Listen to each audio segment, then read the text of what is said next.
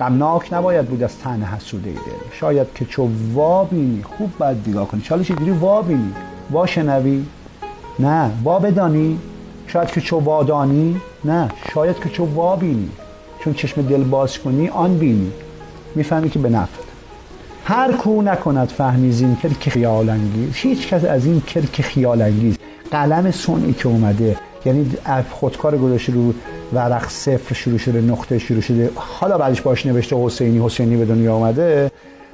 هر کو نکند فهمی زین کلک خیال انگیز. این قلمی که اون خوشگله نوشته رو هر کسی نمیفهمه. نقشش به حرام ار خود صورتگر چین باشه که توضیح داریم که فقط باید الله بشناسه. جام می و خون دل هر یک به کسی دادن.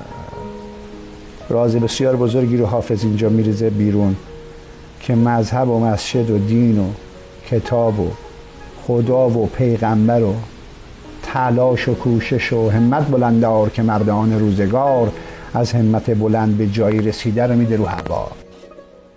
یه بیت میخونه که دانشمندان جهان باور کن نمیتونن بفهمن. میدونی چرا نمیتونن بفهمن؟ چون راز توشه. باید قشنگ تو بیولوژی رو بفهمی، باید گیاهشناس باشی، باید بالای PhD باشی. ما داریم قطره‌های کوچکی از ریستارت پخش میکنیم. شما نگاه کن، ادیان سکوت کردن، رسانه‌ها فقط فوش میدن، مدرک هنوز نتونستن بیارن، حرفی نتونستن بزنن علیه علم ریستارت، فکر ریستارت.